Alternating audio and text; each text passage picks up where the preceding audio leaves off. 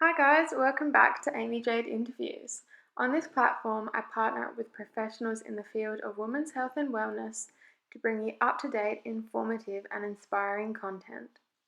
On today's episode, I interviewed Jade Walker. Jade is a women's health naturopath with a specific interest in endometriosis. She has her own podcast too, The Jade Walker Way, and also a naturopathically formulated tea range to support all areas of your health and well-being. On today's episode, Jade talks to me about endometriosis. What is it? How to best manage and treat it? Strategies to cope with endometriosis like supplements, herb, diet and lifestyle. We also go into the TENS machine. Does it work and what's the best one to buy? How those around you can best support you throughout the process, and honestly, so much more. We really give so much juicy information in this episode to help empower those who experience endometriosis.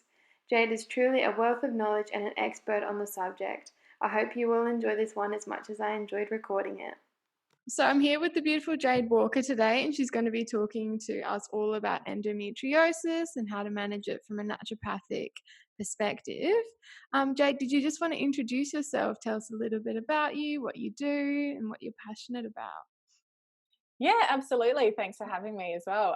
So I am a Bachelor of Health Science qualified naturopath, and my main focus and my main passion area is definitely endometriosis, and of more recent being pregnant and having gone through IVF, also fertility. But endometriosis is absolutely my jam, and I'm doing so many things in lots of different areas with that now. So yeah. Oh my gosh, absolutely. And so do you want to just start by telling us sort of what is endometriosis? How does it manifest in the body? How does it occur? And just Yeah, the absolutely. basis for it. Yeah. Sure. So, and this is an area where I see people actually kind of get the terminology wrong. So I'm glad that you asked this. So it's where cells that are similar to the endometrium grow through in different areas of the body. And the reason why I say similar is because a lot of people say the definition they say is, oh, the endometrium grows in other areas of the body, but that's not actually correct. They've now realized that it's not exactly the same, but it's like endometrium.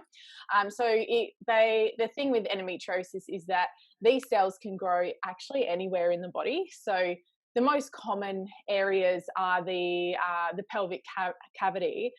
So, for example, your fallopian tubes, ovaries, the uterus. But then it can extend out to things like, the bladder, the bowels. But I've even seen patients who've had it on their diaphragm, and their whole body is just kind of riddled with it. And that's where we're looking at staging of endo. So we've got stage 1 to stage 4, and there are different subcategories within that as well. So you might have the classic chocolate cyst, which everyone used to talk about. I remember back in the day that was kind of like the main endo that people would talk about. It's very visually obvious. But then there are also other forms like deep infiltrating endometriosis and endometriomas, like a big kind of endometrial cyst. So there are lots of different types, and when it comes to diagnosis and misdiagnosis, a good quality surgeon will actually be able to identify these. And in my case, this is actually where my endo was missed the first time, because I wasn't in the hands of a good quality surgeon. So I just thought I'd put that out there. Because even though sometimes, yes, endo is very visually obvious, sometimes it's actually quite inconspicuous as well. So you mentioned there was 4 different stages of endo, was there? And the different types. Would you mind going into those a little bit and sort of what are the different stages? And yeah, definitely. So your stage 1 is certainly it's localized to that the pelvic cavity, and they are like your chocolate cysts and more of those superficial lesions. Then you extend out into other areas like the bladder, and then you're going to start seeing things like deep infiltrating endometriosis. And then basically the grading then further expands on how many other organs are involved. So if you went into stage 4, then you're going to be, it's going to be found not only on other organs, but also deep infiltrating as well. So that means that it goes quite deep into the tissue, roots itself. And then therefore it requires much more advanced surgery as well. And some girls, they go into surgery expecting that it's going to be a short procedure, and provided that they have a gastroenterologist in the room who's prepared to do the work, sometimes they wake up and they were like, so we actually had to do many more hours of work, or you're going to have to come back for another surgery because we're actually going to have to involve other surgeons as well. So it can just vary so significantly across the board. And of course there's also adenomyosis as well, which it's similar to endometriosis, but it's where the endometrial tissue is found within the myometrium. So that is very specific to the uterus, and that can be extremely painful as well. There's some slight differences in there as well, but they kind of do come under the same category in a way. Okay. Yeah. And so the only way of sort of figuring out where these cysts and stuff are is through surgery, am I right? Yeah, 100%. So Yeah. there are certainly so it's kind of like the 3-phase approach on getting diagnosed with endo. And so first of all, you're looking at the symptoms and things, and after a while you get a pretty good idea. It's like, yeah, I think that sounds like endo. With that said, there are plenty of people who are asymptomatic with endo. So Okay. the only reason why it was picked up may have been because of unexplained infertility, and they've gone in for investigations and noticed, oh, actually you've got endo or something like that. So it's really Wow, interesting that's how really interesting, because I always thought it was just associated with that really like sort of painful symptoms and everything before your period, but Yeah, wow. absolutely. And of course, like the pain is a huge part, but you could have stage 4 endo and have no pain and actually be Wow. asymptomatic, Mhm. which is what makes it even harder. Yeah.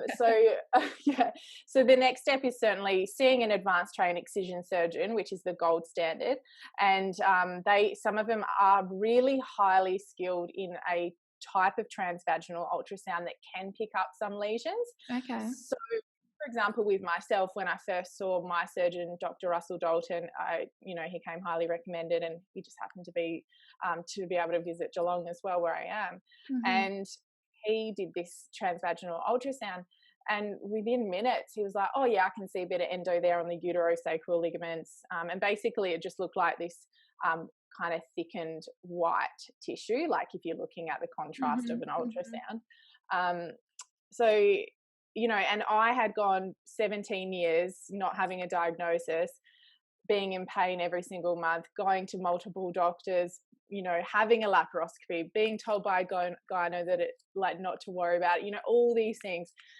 And then like within 5 minutes to finally be in the hands of an advanced trained excision surgeon and be like, yep, so you got endo, we'll book your surgery in for a month's time. I'm just like, I bawled my eyes out because I was just like, what, Finally. like, finally, yeah, it's Mm. so that is really important. But what I'll highlight there though is that transvaginal ultrasound may or may not pick up some endo. So Yeah, some depending where it people, is. yeah, depending where it is, what type it is, Mhm. things like chocolate cysts you can't pick up on surgery on a transvaginal ultrasound, and yeah, of course, depending where it is as well. And a couple of years before that, I actually was recommended to get one of these, specialized transvaginal Mhm. ultrasounds, and I went to my doctor and not really knowing enough about who I should be seeking out. But I said to my GP, I've heard that there's a few people in Melbourne who are highly skilled and trained in finding some forms of endo. Really want to get that ultrasound. And she's like, oh, yeah, yeah. So, like, referred me to this hospital in Melbourne. And they are Mhm. certainly very skilled. But, it was like $400, literally there for like 15 minutes. And they're like, oh, no, everything Trust looks me. normal. Yeah. And You're like, "No, like, there's something wrong with me, help me." and I think they're also looking for like how mobile everything is, because often with Mhm. endo, if you've got lots of adhesions, things are going to be hitched up and bound to each other and not movable and things like that. Mhm. And I have had patients say exactly that when they've had the ultrasound, they're like, oh, it feels like your ovaries are stuck to your bowel, or it's stuck to the side of the pelvic cavity or something like that. And interestingly, when I did see Russell, he will do an internal assessment just using his hands, and then like kind of use his other hand to push down on your pelvis and your bowels while he's maneuvering inside the uterus and inside the vagina. And so he will be able to feel those differences. And so for me, he said, I can feel that one of the sides feels a little bit hitched up as well.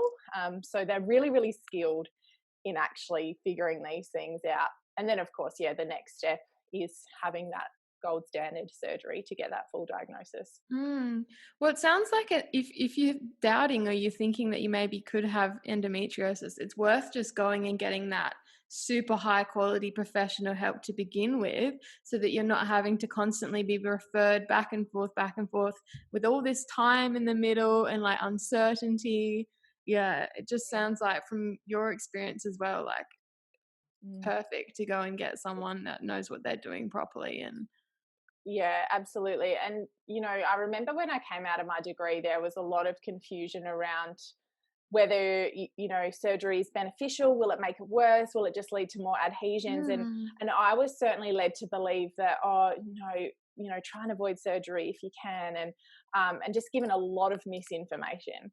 And even to the point where probably 3 years ago now, I did see a doctor, and also a naturopath, and they were both like, oh, because I said, oh, my husband and I might like to try for a baby in about a year or so, and they're like, oh, just do that then first, like, pregnancy is the best thing for endo.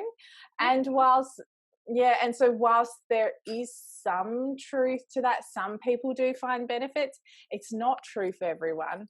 And what that does by saying that to everyone as a blanket rule is confuses people and leads them down the wrong path. So it's unhelpful. And so for me, like, I was like, oh, sweet, okay, great. So like I put off surgery again, didn't I? Because I was like, oh, I'll just try and fall pregnant then, which we actually ended up putting off anyway for a while. But there's just so much misinformation, and realistically, if that person doesn't understand the full ins and outs of endo as a practitioner, then they just shouldn't be giving advice unless they really know what they're talking about. Well, 100%. Is there cases where having endometriosis inhibits fertility and could make it harder for them to fall pregnant as well? Oh, yeah, absolutely. Yeah. So I believe it's 30 to 50% of people will struggle with fertility with endo. So, Mhm. and there are kind of two main reasons why endo affects fertility. So one reason is the structural element. So of course, if you've got adhesions or things blocking the tubes, like Mhm. physically the sperm cannot get there or whatever, then that's obviously an element. But fortunately, quite often surgery can address that. But the other big reason that people actually don't understand, and something I've been doing a lot of research into lately, is that it's actually the chemical level, the inflammatory level. And so Mhm. what endometriosis does is affects your egg quality because it's so inflammatory. Right. Yeah. Yeah. And so people with endo have often have low glutathione levels, which we know is a really potent antioxidant. And in fertility as well, glutathione is so amazing for supporting egg quality. Mhm. And so conversely, if you've got low glutathione, your eggs are going to be poor. Yeah. And so, for me, like when we were going through our IVF journey, I thought, going into it, like I was going to be really good because, like, I'm a naturopath and I'm healthy and stuff. And Mhm. with, with that said, there were so many things that, I knew the basics of fertility, but I didn't know the deep nuances that I know now. And so I only got 6 eggs retrieved in my egg collection process. And some people get none, some people might Mhm. get 1. So 6 is still okay. It's all about the quality, not necessarily the quantity. But there are many people who also get 20 eggs. So Mhm. I started looking into that, and what I found was quite often people with endo get are poor responders in IVF. They get low egg counts and then also egg quality.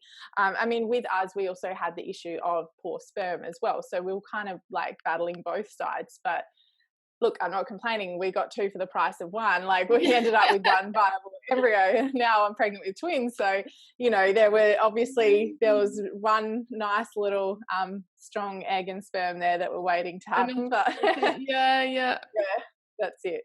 So it's really about protecting those eggs from that oxidative stress. And of course, with chronic, or really intense dysmenorrhea, that is an inflammatory presentation, isn't it? So obviously inflammation is oxidative, and if that just continues month on end, year after year, what's going to happen to those poor eggs that are so sensitive to those kind of things? And you'd think through, like, obviously you being a naturopath, you probably live quite a healthy lifestyle anyway, eating like lots of whole foods and everything like that. But like you Mm, just think about those poor people that don't have that sort of education or that background or even a very basic understanding of what's going on to them, just consuming mm, like a regular diet or something, how much that would mm. like impact their chances and their overall well-being down in future, especially if they wanted to have kids or something as well with endo. Like, Yeah, oh. absolutely. Yeah, that's exactly right. And that's how I felt. I was like, geez, if this is me, like, but then Mm. on the flip side, there are so many people with endo who don't have any issues falling pregnant, who actually aren't healthy. Like, Yeah. so it's such a varied thing. And Mm. no one case is ever the same. And when patients come to see me and sometimes they ask, how soon will it take for me to get better? I'm like, I cannot tell you that. Like, it's just different for everyone. And I also am not going to sit here and promise that I'm going to 100% relieve all of your pain. For some people, I will. For some people, just diet alone will be the number one thing that reduces their pain. Whereas someone else who was like me, the pain just didn't respond. Like our usual naturopathic principles, nothing. It just wouldn't touch the sides. It was the same pain every single time. What it does do, though, naturopathic medicine so well, is reduce, of course, all the inflammation and symptoms away from the period. And so Mhm. with endo, you always see, well, not always, sorry, you often see other issues such as, frequent bloating, fatigue, ovulatory pain, and other just kind of unspecified random pains in the body and stuff like that.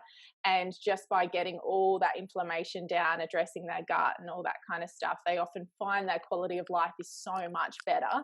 And then when they Mm. do get the pain, it's more, it's a lot less in terms of the longevity of it and that kind of Mhm. thing. Yeah, so it helps to just like manage everything else and overall boost your well-being.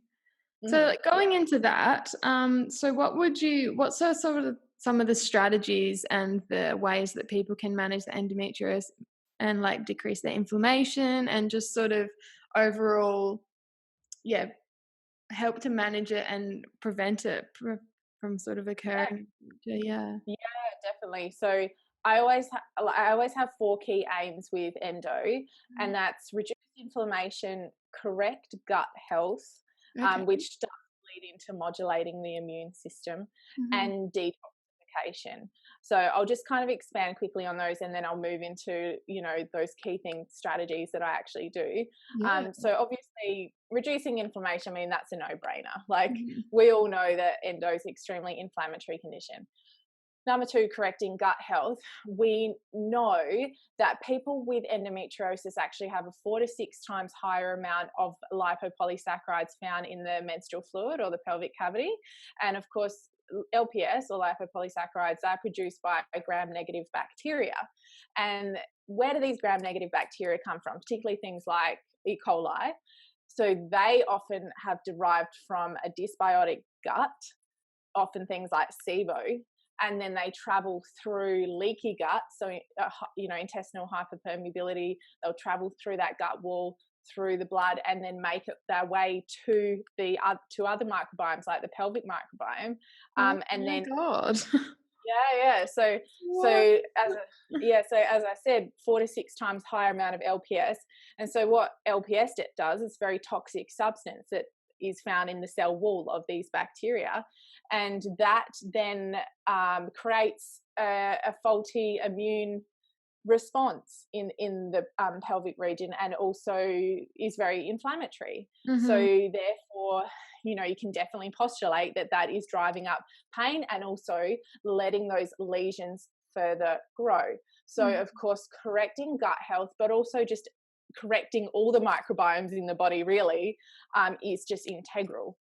So I'll talk about a little bit later on herbs and stuff that I would use for Mhm. that, because herbs are brilliant for that. So then, that moves into modulating the immune system too. And there is definitely confusion, or I guess you could say debate around whether is endo an autoimmune disease. And Mhm. whilst there are similarities, there are also some differences as well. Because I mean, with a lot of autoimmune diseases, it's where your body is attacking one specific area. But with endo, it's where these lesions are growing systemic, like could grow anywhere in the body. Anyway, yeah. Um, yeah, so like I mean, there are some differences and similarities for sure, because we definitely know that there is a faulty immune function going on that's allowing these lesions to grow when they shouldn't. Mhm. Um, so, and the other thing that's interesting is there's a very high percentage.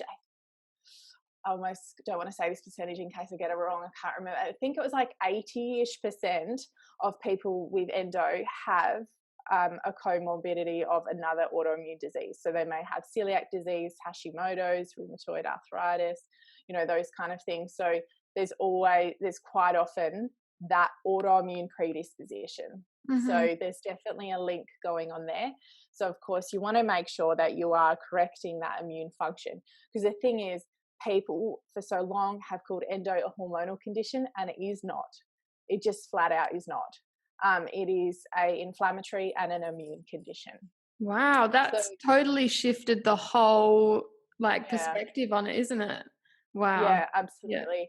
And this is the thing that's confusing, and this is where people will slip up in their treatment aims Mhm. as practitioners, is they will get confused by what causes endo and what drives endo. So with endo, yes, inflammatory immune is kind of like the main, I know we all say we don't know a cause, and of course we don't know like the full on cause, but we know Mhm. that that's what is like the main drivers behind it. But then there are the things that are driving it further and exacerbating, and that is where you do look at estrogen displacement and the gut dysbiosis and all that kind of stuff. But of course, my number 4 key aim was detoxification. Mhm. That does, hormonal detoxification definitely comes into that. Working on reducing your endocrine disrupting chemicals, of course. We know for sure that there are certainly those kind of chemicals that are found in, everything from the air we breathe to the skin care products we use to cleaning products, all those heating and plastics, all those kind of things, we Mhm. absolutely have to eliminate, because they are going to affect our hormones as well. So that's kind of like my 4-prong approach when we're looking at endo.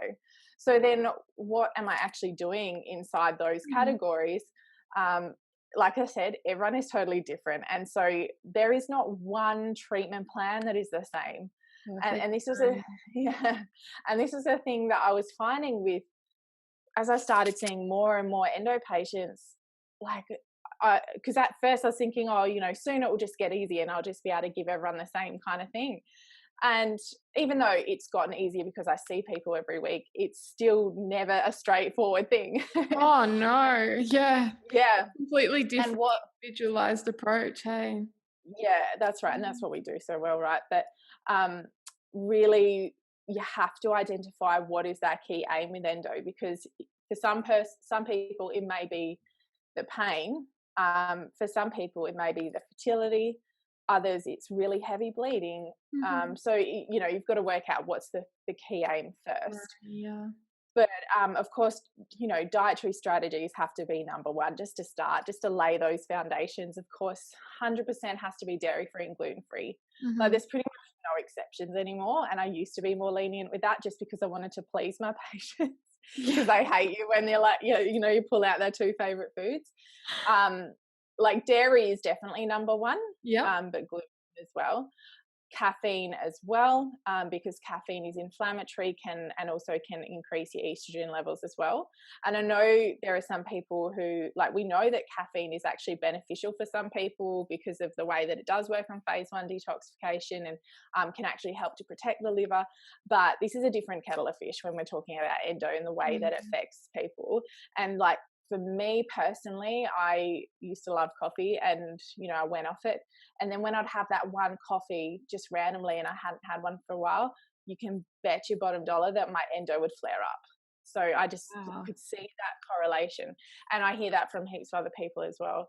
And then reducing or cutting out alcohol as well. So unfortunately, they're like the four pleasures of life, like dairy, gluten, coffee, and alcohol. Carrying it right back to basics, hey? Yeah, that's it. Right back. Yeah, but then like it really just becomes people's way of life. Like it's, Mm. they don't know It's any just different, all and that was about, like, building in the new habits and new routines yeah, and things to gravitate towards. One more thing on the caffeine, is it stuff mm, like as well, is it quite receptive to stuff like green tea with much lower levels of caffeine and cacao and like much, like these alternatives that yeah. people tend to be going towards? Is the caffeine still, is it still worth it, or just totally eliminate it? Really great question, and that's something I've really looked into to try and figure out the answer to that, because I used to Mm, get asked it all the time, and yeah. I was curious about that too, because we know that the EGCGs in green tea are beneficial for endo. Well, So I yeah, was and like, it's all like your longevity, like antioxidants, all this sort of stuff, and yeah. so you're kind of like, "Oh, maybe it'll outweigh it," but Yeah, exactly. So, but when you look at it, so a standard cup of green tea contains about 20 milligrams of caffeine, mm, whereas a strong coffee can be anywhere from 100 to, if it's double shot, like 200 milligrams of caffeine. Jesus. So there's a huge difference there. I've actually seen some specialists say, even though they're saying reduce caffeine in endo, you can have up to 200 milligrams a day, which I think is way too high. But, that's quite a high upper limit. So I think 20 milligrams in a cup of green tea is definitely More than okay, enough. in my opinion, Yeah. especially because you've got those extra antioxidants that are benefiting you. Mm. But I do see some people have varying opinions. Some people say no green tea either, nothing. So it's a tricky one.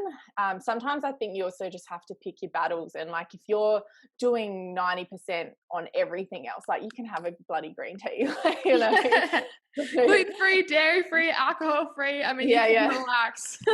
Yeah, that's right, exactly. And it is a bit individual too, because we know that there are genes that affect your CYP enzymes and the way that you metabolize caffeine as well. And I'm pretty sure I'm one of those people, because I'm just so jittery and heightened and all over Oh, the man, shop I'm when the I have same, caffeine. yeah. Yeah. Yeah. And, you also mentioned cacao. Obviously, that contains theobromine, which is similar to caffeine, but not quite the same. Mm. So I certainly, I tend to be okay with cacao. And I think you can do some really nice like latte alternatives with like cacao, withania, and like All the making beautiful something. medicinal mushrooms and stuff, yeah. Yeah, reishi. Yeah, Yeah. exactly. I've actually got a formula called adaptamine, like in my herbal tea range, and it's like a therapeutic hot chocolate that has reishi mushroom, cacao. Amazing. Yeah, it's beautiful, really good. Yeah. Yeah. So apart from those key ones, that even just dairy, if someone's really like their diet is very baseline, I'd be like, okay, let's just start with the dairy. Like, let's just Mhm. do that first, and just That's like take it number really. 1, most Yeah, important, dairy. Yeah. yeah, 100%. And then once you've ticked off those other ones, it seems pretty easy now. Then you're looking at what kind of meats and proteins are you having. Okay. So it is. It's commonly said to reduce red meat in endo, and that's because obviously there are those. I think is it. I can never remember the long chemical. It's like PAH, polyaromatic hydrocarbons, or something like that. Mhm. But basically, it's those chemicals that are produced from cooking or charring meat and stuff like that. So, and of course, also, we don't want to have too much omega-6 offsetting your omega-3 either, because then you're going to be pro-inflammatory in the body. So I personally, like, again, looking into the research, there's actually not enough solid research to confirm that you should just cut out all red meat. And I think it does come down to how much you have, how Mm. much of the other good stuff you're doing to offset that, and quality as well, of course, because we know that free range grass fed meat has a different fatty acid profile to grain fed, so that's really Mhm. important as well. So in general, I'm always saying make sure that you're having oily fish And if you don't like fish, then definitely supplement omegas. Have a couple of plant-based days a week, Mhm. but really in general, it's about really increasing that plant intake in general and having lots of cooked cruciferous vegetables, lots of blueberries, all those antioxidants and stuff like that. So, like an example sort of breakfast, what would you suggest? Yeah, so usually I give people a sweet and savory option. So Yeah, I'm a big savory breakfast person, savory and breakfast, gal, yeah. yeah, breakfast is my favorite meal of the Oh day, man, and me it's too. Can't skip yeah, it. I know, like I cannot understand how people skip their whole life. Like I think I did that when I was like working a stressful job at one point, but you never function properly. Anyway, so have to reverse educate a lot of people around that. But my favorite brekkie is always involving eggs, Yeah, usually a bit of salmon in there, even a bit of smoked salmon. I know there's issues with smoked foods as well, but a little bit of smoked pick your salmon is not going to battles, break yeah. the bank. That's right. Um, a serving of greens. So like usually I'll do um, sauteed baby spinach, or today I did like some baby kale, and then so always eggs and greens like must be in there, and then you just bulk it out. So like you might do some sauteed thinly sliced sweet potato, you Mhm. might add in some mushrooms, particularly shiitake mushrooms. I often cook in either extra virgin olive oil or sometimes grass-fed butter as Yeah. well. And people often say, "Oh, but isn't that dairy?" But the amount of They remove dairy it, that, don't they? Yeah. yeah, and you could even use ghee because that obviously removes all of Mhm. the dairy component. So just really bulk out, make a brekkie bowl, like see how many vegetables can you fit in there, kind of thing. Um, and always having that source of protein. If it's not eggs, like have a piece of salmon for breakfast. There's nothing wrong with that. But Mhm. then if you want to go for more of the sweeter side of things, um, with endo, especially from a TCM perspective, it is definitely a cold pelvis condition. So we don't really want people to be having lots of cold foods and stuff like that. Smoothie So bowls and ice yeah, creams and yeah, it's such a big that's trend at the moment, yeah. 100%. And of course, like in summer, there's definitely room for that for sure. So, Mhm. like, if you're going to have a smoothie, always make sure that it's got your a good protein powder in there. And I always say frozen blueberries, like if you can, like just always get those berries in there. That would be, my main thing for smoothies. But then in terms of sweet breakfast, to be honest, I struggle to really recommend many good ones. Obviously, chia puddings are good as long as there's some berries on there. Mhm. I think oats are a controversial one. A lot of people always ask about oats, and I think oats are beautiful. But just in terms of that gluten thing, just making sure that you get some certified gluten-free oats, just to really make sure that we're not Oh. triggering that immune response. Yeah. Mhm. But it's all about just getting in a living aspect with that breakfast, because so many people are just having dead food for breakfast. Like it's Like just stuff that, toast, yep, yeah. exactly. Hmm. Oh, that's Yeah. really good to know. So chia puddings are like a good one as well as a Mm, good go-to breakfast or snack or something. yeah. Yeah. 100%. Yeah. I think chia puddings are amazing. And I think sometimes I just don't mention them because some people like have no idea what it is, or they think it's like the texture is weird. Like, Mm. and so I think I like stopped recommending them for a while, but then you get some people who love them too. So I definitely would suggest them, provided again, you've got those berries in there. Mhm. Okay, that's really interesting. And Mhm. what about some of the like supplements or sort of food groups to focus on or Mm. yeah, specific nutrients of interest? Yeah, so there's a few big ones. So with supplements, it's again like if I could really give everyone all the supplements they needed, they'll be going home with 10 supplements every time. Like because with endo, there are so many things we know can help. So of course, yeah, trying to do as much through diet, but some non-negotiables are usually N-acetylcysteine because it's a precursor Mhm. to glutathione. There has been it was a very small study, unfortunately, but it certainly showed promise and did show that people that took NAC for 3 months, and a lot of them ended up actually cancelling their surgery because their pain was significantly reduced. Juice. So that's yeah, been a long known one. Uh, then you're looking at things like, obviously you've got your magnesium, making sure all their B vitamins, definitely methylated, like methylated folate and B12. There's often methylation issues in people with endo. Vitamin D is essential. Of course, it's an immune modulator. And time and time again, I just see people low in vitamin D. And with the vitamin D reference ranges, the current reference ranges is 50 to 200, but that's kind of more so looking at bone health. And so really knowing now that like vitamin D can help with your immune system, egg quality, or actually more so the way that the embryo develops. It helps with so many things. And so when we tell someone that vitamin D is fine at 60 or 70, that's actually not optimal enough for all those other things that I just mentioned. So I now want people to be over 100, and even for fertility purposes, it's around 120. So we need to get that up. And that's just going out into the sun for 20 minutes a day, or do you prefer people to supplement it? Like, what do you think? Yeah, good question, actually. I mean, yeah, I would love it if everyone could get out in the sun every day, full limbs exposed, choose the right time of day for that skin color and all that kind of stuff. Because of course we know that if you're pale, you don't need as long. If you're darker, you've got more melanocytes and all that kind of stuff. So we definitely, it's tricky. Like not everyone can do that. And so supplementation usually is key. So I'm usually getting people, like throughout winter, I get everyone on vitamin D. Like it's pretty much a non-negotiable. Usually will be like a maintenance dose of 2,000 to 3,000 IU per day.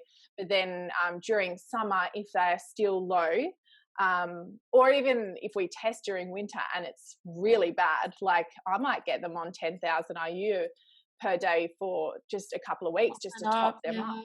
Yeah.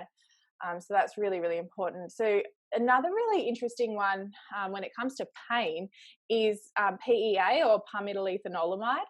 And this one, it actually works on the cannabinoid receptors as well. I certainly can't explain it as well as some other people can. But PEA is also really good at working on nerve pain. And there has been some small studies on PEA for endometriosis, and has been shown after 3 months to help reduce pelvic pain. And again, it's just so different for everyone. Some people find it works really well. Other people didn't really do much. And it does come down to the type of PEA you use as well. So I've looked into pretty much all of our practitioner grade brand PEAs, and there are vast differences in the PEAs available. I have found one now that is actually 80% more effective than most of the other ones. Wow. And can actually be used acutely. So it can actually be used during that day of pain, and not it just helps to just bring it down. Yeah, exactly. So again, depending on kind of where that pain is being driven from, but even not, aside from endo, like people that have all sorts of different pain in the body, PEA can be really effective. So that's definitely a good one. Obviously magnesium, everyone has to go on magnesium. Magnesium, B6, zinc, they often work in unison really nicely together. But I do get people with endo on really high doses of magnesium, particularly for the pain. So, during like as maintenance dose, particularly like throughout your follicular phase, you can just stick with like 200 to 400 milligrams per day. But when we're going into that luteal phase after ovulation, when that pain starts to ramp up for a lot of people, and we're trying to really prevent the pain, you might get 800 milligrams a day, split into different doses, and depending on bowel tolerance, of course, as well. Yeah, I've heard a few people have a bit of sensitivity to the different types of magnesium, and yeah, 100%. And what's interesting though is that a lot of people with endo often have constipation. Some people will also have diarrhea, and this is where IBS ties in with endo, because around 80-ish% of people with endo also have IBS. So that there comes that gut pelvic dysbiosis issue as well, when it comes to the gram-negative bacteria, and we know IBS is highly caused by SIBO. So like you keep going down the rabbit hole with that. But with the diarrhea and constipation, that's often coming from that IBS element as well, or if there is endo on the bowels because it's so inflammatory to the Mm-hmm. bowels as well. But yeah, if they're constipated, I find high dose magnesium citrate works really well because it gives you that dual effect. It helps soften our stools, plus it helps with some pain as well. That's so interesting. Being using it for the benefit. Oh yeah, absolutely. I mean, oh god, there are just so many supplements like I could honestly Oh my recommend, and god, I know. even the other big ones too that are often you see people talk about is dim, diindolylmethane, and also calcium D-glucarate. So calcium D-glucarate, absolutely, because it helps with preventing that the estrogen reabsorption from the estrobolome that's we find in the gut that is recycling the estrogen and Mhm. reabsorbing it back into the gut. So the cow D-glucarate stops that from happening, which is a fantastic one. But DIM, on the other hand, I see that overprescribed sometimes. Mhm. It is amazing. It's fantastic for pushing the estrogen away from 16-hydroxy and 4-hydroxy detoxification pathways and back down the favorable 2-hydroxy pathway. But if they aren't having issues in those pathways and you put them on DIM, that can actually be problematic. It may not work, but it also may actually stuff up their hormones a little bit. And because DIM is actually anti-androgenic, so really good for PCOS, Mm. um, but if they already have, like, say, low testosterone, you could actually be mucking that up a little bit. So you really want to know what you're doing when you're using DIM. And this is why I do Dutch tests, like they're going out of fashion. So Dutch test being dried urinary test of comprehensive hormones. And that is when we will see very clearly what is that estrogen actually doing? How is it being detoxified in the body? If I see that 4-hydroxy pathway through the roof, I'm like, DIM for you, definitely. Mhm. um, but yeah, you just have to take everything into consideration. Yeah. So for people at home listening, it's really important to be seeing a health professional when doing this sort of stuff as well, hey, and not just Yeah. self-prescribing. As Jade's just mentioned, there's so many ins and outs of all these supplements, and it's really important that you be able to speak to someone who knows what they're doing, or even book in with Jade so that someone's able to like properly diagnose you and work you through what supplements are needed for you. Oh, without a doubt. And I am guilty as charged. Like when I went through my degree, every little thing that I learned, I was like, I'm going to try that next. And I'll Same. never. Yeah, the And we, absolute guinea pig is like, I'll just oh yeah. slap everything on. And like, I'll say this, like, I do also get many students who come to see me, and I always love seeing students because I love that it's an education process for them too, which is Mm, just brings me so much joy. But I will say this, and like I said, I'm guilty as charged as well. Quite often, students are the most challenging because they've learned all these new things and they're like really like stuck to these new things that they've learned. And when they're not part of that treatment plan, they're like, but we learned in this lecture that this is good for this. I'm like, not for you right now, okay? Like, it's relax. like they whole yeah, that's right. And like sometimes they'll come in and they've self-prescribed like 10 to 15 things, and it's really hard to like wipe that back and be like, let's start again. Um so yeah, it can be tricky. I've always my favorite people that come in are clean slates because I'm like, oh, I'm going to do some work with you. Yeah. You can just feed them the information that you know will be benefiting them. There's no sort of outside influence. Yeah. Yeah. And I think as well, that's probably actually good advice for people who say you are studying, or you might even be a naturopath yourself, but endo's not your specialist area, and you come to see someone like myself, like just leave everything you know at the door. And Mm. just come in as if like you don't know what you already know, because otherwise it will interfere with your compliance. And you just have to like, don't come in with that attitude like, oh, I already knew that, like, because if you're here you don't actually know. Do you know what I Mhm. mean? Like, and again, like, this is all stuff I used to do, like, we Been all, there. especially as practitioners, like that is just something we do. But it's very life changing for me when I finally decided to see my own naturopath. So I see Dr. Miranda Miles, and she was also one of my lecturers, and she's amazing. And it's the best thing you can possibly do is take the load off yourself and get help from someone else. Oh, 100%. No matter what, you're always going to have like a biased opinion on yourself and not be able to fully see the broad picture, the full picture, because, like you've got predisposed thoughts and everything around yourself. And so that's like, yeah, like me as well. Like I go and see a naturopath and I'm really consistent with it because takes that load off you, it takes the pressure off and having to think about what you have to do each day. You just check in once a month and it's all like dealt with and they know what they're doing and it's definitely worth it. Absolutely, that's right. Because The yeah, investment. it does take the load off you. And when you're already helping other people, you just can't possibly help yourself. Yeah, it's so important. Mm. And so what about some like herbs, some herbal medicine and everything for people with endo to sort of work into their life to help balance it? Yeah, there's some beautiful herbs for endo. Really is like my favorite part. Mhm. So again, you want to first look at, okay, what are the actions we need? So we need anti-inflammatory, Yep. we need immune modulating, we need detoxifiers and clearers, and we also need those antimicrobials for the gram-negative bacteria. So I pretty much without a doubt, if someone has pain, I will usually always give them a pain mix as well. And this Mhm. is another thing where I see some practitioners go wrong. And I've actually had patients come see me who say they've been to other naturopaths and they actually never gave me anything for the pain. And it seems really obvious, but like Okay. they get too fixated on the preventative side, which is great. Like that's what as naturopaths are so good at doing. We're trying to fix the underlying cause. But sometimes then they actually forget, oh, they do need some symptomatic relief Yeah. too. Like, Especially if that's um, what they're coming there for is like, oh my God, I got this severe pain. right.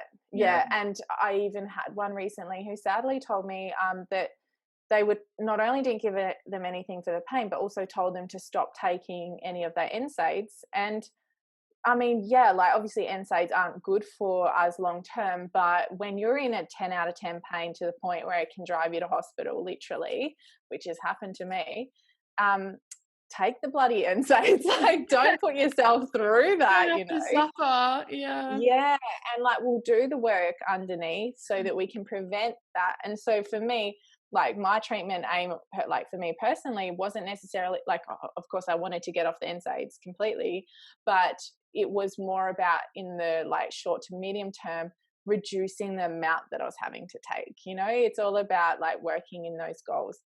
So yeah, I'll give a pain mix, and my go-to herbs, like the strong analgesics, are definitely things like corydalis, California poppy, Jamaica dogwood. I'll usually throw in like calendula, ginger. What else do we have? I feel like I'm missing it. Oh, cramp bark or black haw. They are also Mhm. really good as well. And then for your long-term mixes, so I'll pretty much give most of my endo clients a 5-week mix as well. But depending on how many subs they're also taking, it can get pretty expensive.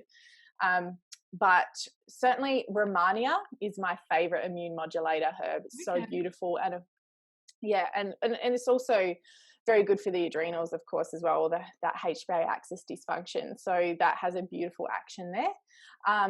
There'll usually be some sort of liver herb. So anything from St. Mary's thistle, Schisandra to Buplurum, they're usually my 3 key ones. And Mhm. again, you're kind of picking what you think's best for that person. I always just, after a while, you just get that intuition. You're like, I think this is Yeah, the you better just herb like, for me. bam, that's what you need. Yeah, Yeah. It's a definitely. mm. And that's why I love having my dispensary, because even though I completely do Zoom consults now, I don't do anything in person anymore. Mhm. Um, and that's the one thing I never wanted to let go of. Like I've got my big herbal dispensary, and for every patient, I love just coming into the room and just looking at all the herbs and seeing like what is going to be best for them. So yeah, definitely having a detoxifier. Again, an anti-inflammatory. So whether that be calendula, maybe even a bit of withania. I don't use turmeric in herb mixes. I always only use that as a capsule because I want a nice, strong, standardized dose. Um, ginger is in every one of their mixes, like without a doubt. Ginger is Mhm. fantastic That for that warming pelvic. aspect as well for the Yeah, endo? Yeah.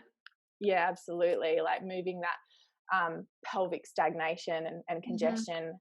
So that's a beautiful one. And is there anything else? Dong Quai maybe. We may even put like some black core in there. which is, like an antispasmodic for pain, but it's good sometimes for them to have that long-term, analgesic and anti-inflammatory action as well. Another one though that we have to make sure is a berberine containing herb. So Okay. yeah, so because of its antimicrobial actions, with the gram-negative bacteria, berberine is one of our strongest antimicrobials against gram-negative bacteria. So any naturopath that you speak to, they'll all say this because it is in the research as well. So for me, my favorite lately is coptis, and coptis is a bitter tasting herb. It's not very Oh, pleasant at horrible. all. Yeah, so unfortunately, I mean, sometimes if I can prescribe them a berberine supplement, like that may be beneficial. But if we're gonna do a herb mix, then we might as well try and like do an all-in-one kind of thing. So coptis, I mean, golden seal is also a high one, but of course we don't use golden seal if we can help it because it is endangered. So we try and prevent that where we can. You do have your lesser berberine containing herbs like Oregon grape and barberry, but bearberry, but unfortunately they don't contain as much berberine, so coptis is definitely the way to go for that one. So yeah, lots of different herbs. Oh, another one too, just quickly, is so resveratrol is really beneficial for endo, similar to like your ECGC. It's like really strong antioxidant. And Japanese knotweed is actually high in resveratrol, so sometimes you might want to add that one in as well. Oh, wow. So there's so many tools in the toolbox for Mm, treating endometriosis, isn't there? It's yeah. just sort of figuring out for people what works best. And what about for treating the sort of gut symptoms that are associated? Mm. Would you be talking about like a probiotic or like increasing probiotic foods or fiber? What's your sort of Mhm. go-to for that for the gut health? Yeah, all of the above, Mhm. absolutely. I mean, yeah, correcting gut health for sure, and usually we'll do like through diet. We may even do like low FODMAP or like biphasic protocol for SIBO or something as well. But in terms of probiotics, I'm a huge fan of activated probiotics because they use a certain type of microbac technology which coats it so that it actually survives through to the large intestines. But Mhm. they actually have so they've got an IBS probiotic, which is quite good, especially if there's that IBS going on in the endo. But also, particularly if someone is going through preconception care, you want to actually use herbs that are specific to the pelvic and vaginal microbiome. So making sure that you're finding one that is good for that. And so I often use the activated probiotics prenatal, biome prenatal, because it has all those very specific strains in there to help with that. Mhm. And as I've mentioned before, endo is a dysbiotic pelvic condition as well.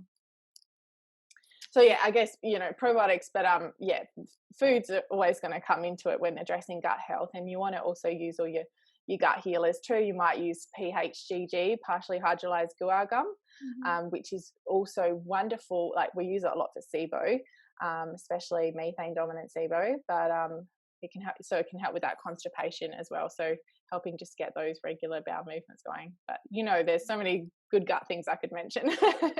Oh no, we could be here for hours, hey, talking about it's a Yeah, whole another conversation, isn't it? yeah, yeah. So, what would you say to someone who has a loved one suffering with endo? Like, how can someone from the outside be of a support and really boost and help this person that's suffering with endometriosis whilst they're healing and on their journey? Yeah. Yeah, where do I start with that one? I mean, first of all, try to understand the condition, Mm, because I think that's really going to help you just kind of step into their shoes a little bit, because the things that I hear where people don't feel supported is when they obviously they don't understand the level of pain, they can't see the conditions, and they just think, oh, it's just another, it's just a period, that's you being a woman, or that kind of talk. But also I've heard things like someone said, oh, I knew someone with endo and it wasn't that bad. So like they flatten them by saying things mm, like that, so it's not helpful. So just really understand the condition. And also, I mean, I like to think a lot of people I know and the people that support them aren't at that bad. But just understand that they actually do feel like a burden sometimes, and try and see if you can make them feel like they're not a burden, because just like not being able to come to things, having to cancel, or can't, calling in sick to work and all that kind of thing, it like you often feel guilty about it and those Really kind of things. hard. Yeah. Yeah, absolutely. So certainly try to make an effort to let them know that you understand, like you don't know exactly what their pain is like, but you can only imagine how hard it is. And obviously, yeah, if I can ever help with anything, just to tell them that you understand and that you're there to help. And even just if you're a partner or a family member, if they're in pain, don't walk away. Offer them a bloody heat pack, or make them a cup of tea, or like ask them if there's anything that you can do just to relieve that pain. Can I get you some painkillers? Like, can I even go to the shops and get you something? Like, there are all those little things I had to teach my husband to do over the years that Yeah. he ended up knowing that he had to do. I'm in Yeah. pain. You must go help. Yeah, I suppose Yeah. it's a lot about having those like open and real conversations with people, isn't it? And Mm. educating them what you're going through and helping bring them down to your level so that they can have that sort of level of compassion and understanding, which will make it better and easier for you long term, won't it? It's like Yeah. Oh, having that support network around you. yeah, that's it. Support is everything, isn't it? It Mm. really can improve someone's quality of life. And I see that in some of the Facebook groups when people are actually reaching out, like basically reaching out for help because they've got no one around them that understands, or they get judgment from people, or they think that they're an over exaggerator and all those kind of things. But you have to understand, especially with endo being so broad in terms of symptoms that people experience, that some people have to quit their jobs. It's that Mm. bad. Some people have to, they're just bedridden, or there are even some people in extreme cases who may need, like after surgery, they may need a colostomy bag. There are just so many variables. Now, that is definitely one of the extremes, and I don't want to stress people out, because I've had some patients come to me freaking out, having anxiety attacks because they've just read that can happen. I'm like, it's very rare, okay, but it can happen. Yeah. Another thing I'll say too is there's all the things you can do. There's also some things that if you're that support person or that outsider person, what not to do, because Mhm. there are some things that will piss people off with endo. And one of those is definitely, do not tell them to take Panadol. Like, Panadol doesn't do a lot for endo. Mhm. So quite often people, and I know they mean well, but they might offer them things that just clearly show to them that you don't understand this level of pain, um, or don't offer them basic bitch stuff like Reiki, or like it just undermines that condition when you're Mhm. recommending really basic things. So rather than trying to offer them advice when you don't really know the condition, just show them that you Be understand there and you support support. them. Yeah, Yeah, and exactly. that's really huge to talk about because I feel Mm, like a lot of people wouldn't really know what to do, when someone's mm, really going through serious pain and uncertain mm. of what to do to support them. But yeah, I suppose it's just sort of being there, isn't it? And just Yeah, helping them out when you yeah, can. absolutely. That's right, exactly. Um, and do you have any sort of more words of wisdom for girls suffering with endometriosis? Sort of anything else you want to add and talk about? Yeah, definitely. I think the number one, if we weren't talking about prescriptions and like all that naturopathic stuff, would just be, don't do this alone, Mm, because so many people will just suffer in silence. And the thing I find with endo is we're often tough cookies. Like, we are the kind of people that just will try and get stuff done on our own, or we'll just keep motoring on. But you do need to accept that you can't always handle this yourself. So quite often, again, with us endo people, we love to do our own research, and then we love to self-prescribe, but then we don't get any answers, making us even more deflated. So really, whether it's as simple as having a support network of other people with endo, to getting a practitioner, that is, that will be a game changer. But I do understand that cost is a massive factor. mhm. you know, there are plenty of people who cannot afford to see a naturopath or even access half the supplements, you know, that kind of thing. So just having a good support network. And I can give a couple of tips on some good, you know, resources and stuff that people can Yeah, go to. absolutely. Yeah. So there are some really good Facebook groups. I've started a Facebook group myself called Natural Medicine for Endometriosis. So if you want all that kind of specific thing, definitely go there. There's also two great Facebook groups as well. There's the Australian and New Zealand Women with Endometriosis support group. That is actually how I ended up finding out all the stuff that I needed to know to finally get a diagnosis, because I started reading all these posts and I was like, oh my God, oh, there's all these things that I didn't know. What's an advanced trained excision surgeon? You know, all those things. You can do a post in there or even search through, you'll find one, but you'll find the leading experts in your area who you really need to see. And also don't think that you have to have private health. I had public health, and a lot of people think that you have to have private to get the best surgeon. That is actually not true. So we actually have a really good public system. There are pros and cons. Obviously, sometimes there might be a longer wait list, but in my case, there wasn't. So it just depends. Also, there's another Facebook group called Inclusive Endometriosis Support Australia. And the reason why I highlight that is because we do have to change our terminology around endo, calling it a women's health condition, because there are people who are transgender, non-binary, people who have transitioned to male from female who have endo, and they feel really excluded because when you're constantly talking about it as a female condition, they won't be addressed properly as a male.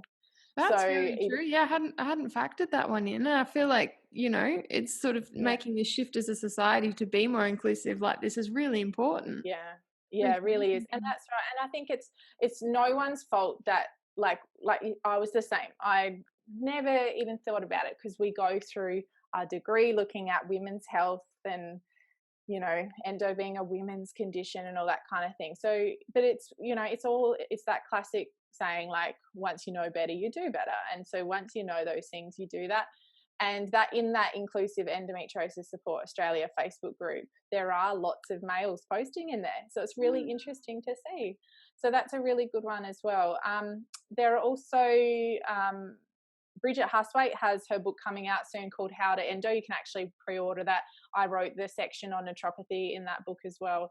And that's got heaps of resources in there that, you know, pretty much everyone needs to know. And I also do have a ebook available called the Endo Handbook, available on my website as well. So heaps of resources to help you learn. Of course, go to my Instagram too, because I'm always posting about endo.